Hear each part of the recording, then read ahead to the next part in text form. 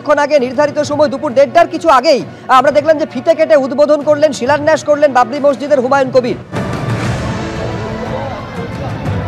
বাবরি মসজিদ ভেঙে সেখানে রাম মন্দির করার পরে আবারও নতুন করে বাবরি মসজিদ নির্মাণ করা হচ্ছে, কিন্তু কোথায় নির্মাণ করা হচ্ছে সেটা কি জানেন? আজকের ভিডিওতে আপনাদেরকে জানাবো নতুন বাবরি মসজিদ কোথায় নির্মাণ করা হচ্ছে এবং কারা কারা এই বাবরি মসজিদটি নির্মাণ করছেন। তবে চলুন আজকের ভিডিও শুরু করা যাক। তৃণমূল কংগ্রেসের নেতা হুমায়ুন ফরিদ বলেন, পশ্চিমবঙ্গের মুর্শিদাবাদে আবারও নতুন করে নির্মাণ করব আমরা বাবরি মসজিদ। আর বাবরি মসজিদ নির্মাণের কথা বলার জন্য তাকে তৃণমূল কংগ্রেস থেকে বহিষ্কার করা হয়।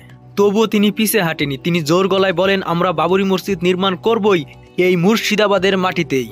আর 6 ডিসেম্বর 2025 সালে হাজার হাজার মুসলমান এগিয়ে আসে মুর্শিদাবাদের জমিনে শুধুমাত্র বাবরি মসজিদ নির্মাণের জন্য। আর 6 ডিসেম্বর 2025 সালেই নতুন বাবরি মসজিদের কাম শুরু করা হয়।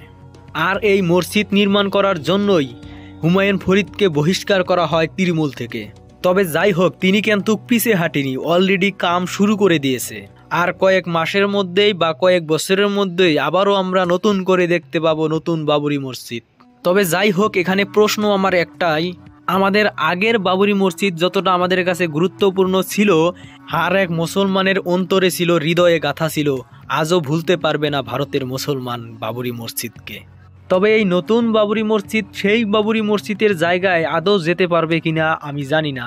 তবে আমার মনে হয় বাবরি মসজিদের নামটি ধরে রাখার জন্য এই মসজিদটি বানানো অত্যন্ত গুরুত্বপূর্ণ। আপনার কি মতামত কমেন্ট বক্সে লিখে জানাবেন।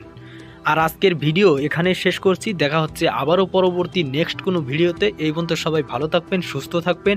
আমাদের চ্যানেলটি যারা এখনও সাবস্ক্রাইব করেনি তারা অবশ্যই সাবস্ক্রাইব করে রাখবেন। ধন্যবাদ সবাইকে।